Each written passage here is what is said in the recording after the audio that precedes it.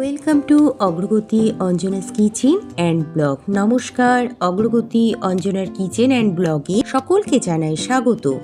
আজকের দিনটি ছিল আমাদের ম্যারেজ অ্যানিভার্সারি। তো এই ম্যারেজ অ্যানিভার্সারিতে আমি আজকের দিনে কি করলাম, কিভাবে কাটালাম সেটাই আপনাদের সঙ্গে শেয়ার করতে চলে আসলাম। তাহলে আমার সঙ্গে থাকুন আর পুরো ভিডিওটিকে দেখতে থাকুন।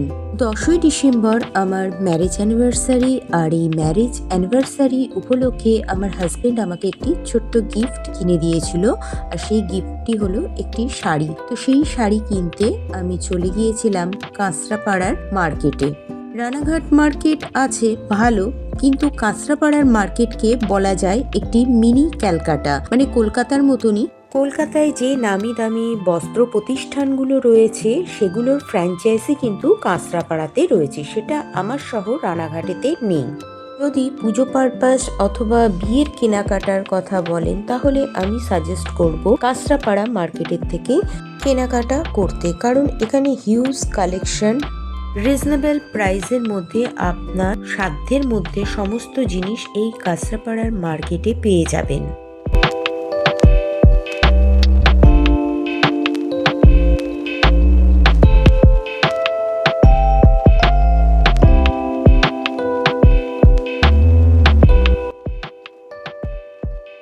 আমার পছন্দের শাড়িটি কেনা হয়ে গিয়েছিল। এবার আমরা আস্তে আস্তে এগিয়ে চললাম স্টেশনের সামনে ট্রেন ধরার উদ্দেশ্যে, কারণ আমাকে রানাঘাট ফিরতে হবে।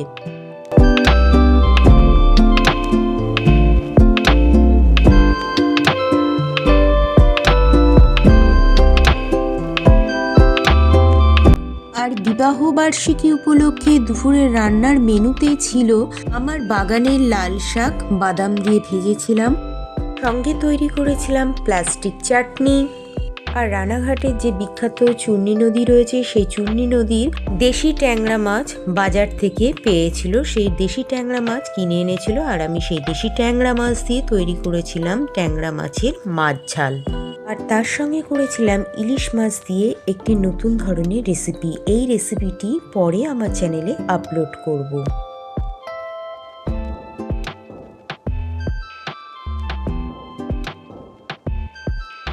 বিগত কয়েক বছর আমরা এদিক ওদিক এই ম্যারেজ অ্যানিভার্সারিতে ঘুরতে চলে যাই। এবছর আর ঘুরতে যাওয়া হয়ে ওঠেনি, সেই ছবিগুলোই আমি আপনাদের সঙ্গে শেয়ার করে নিলাম। 2 বছর আগে রানাঘাটের ধানতলায় ফুলের যে জমি আছে সেখানে গিয়েছিলাম, তার ছবি এটা। পশ্চিমবঙ্গে দুটো জায়গা আছে বিখ্যাত ফুলের বাগান অথবা ফুল চাষের জন্য। প্রথমত রানাঘাটের ধানতলা, আর দ্বিতীয়ত হচ্ছে পশ্চিম মেদিনীপুরের ক্ষীরাই।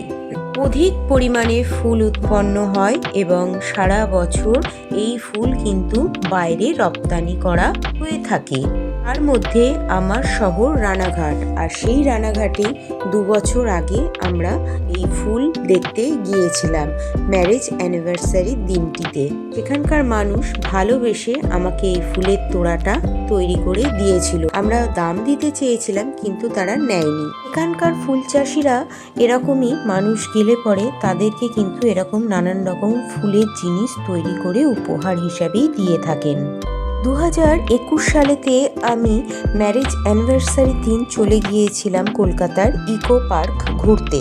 ইকো পার্কের কয়েকটি ছবি আপনাদের সঙ্গে আমি শেয়ার করে নিলাম।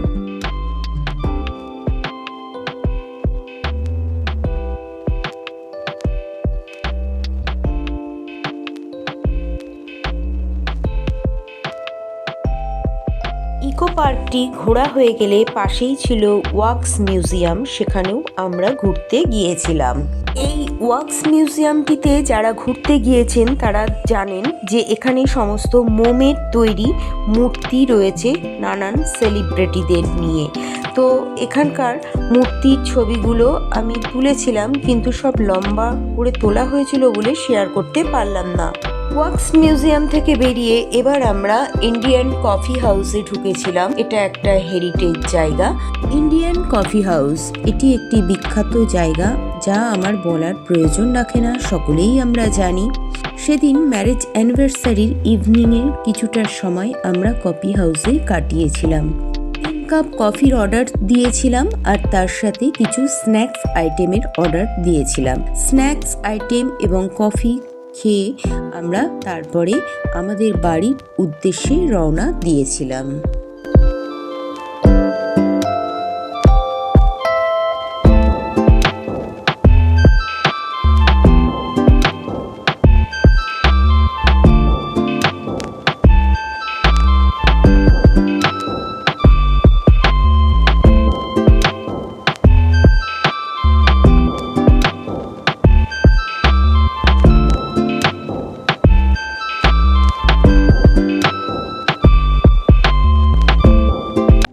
এবার আপনাদের সঙ্গে আমার একদম প্রথম জীবনের কিছু স্মৃতির মুহূর্তের ছবিগুলো শেয়ার করে নিলাম। পুরনো ছবিগুলো প্রতি বছর ফেসবুক মেমোরিতে আসে আর সেইখান থেকে আমার ইউটিউব পরিবারে শেয়ার করে নিলাম। এই ছবিগুলির মধ্যে আমার বিয়ের ছবি এবং রিসেপশনের ছবি সবকিছুই আমি আপনাদের সঙ্গে শেয়ার করে নিলাম।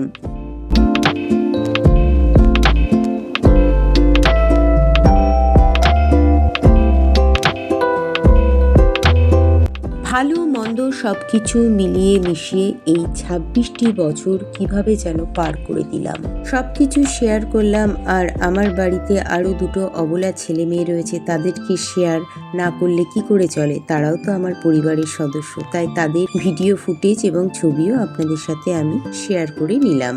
এই অবলা ছেলে মেয়ে দুটি আমার সর্বক্ষণের সঙ্গী, সারাক্ষণ কিন্তু এরা আমার আশেপাশেই ঘুরতে থাকে। আমি যখনই রান্না বান্না করি বা যাই করি না কেন সব সময় আমার পাশে ছায়া সঙ্গীর মতন এরা থাকে। আর আমার এই অবলা ছেলে মেয়েগুলোকেও আপনাদের সঙ্গে শেয়ার করে নিলাম। সবশেষে আরো একটি জিনিস আপনাদের সঙ্গে আমি শেয়ার করে নিচ্ছি।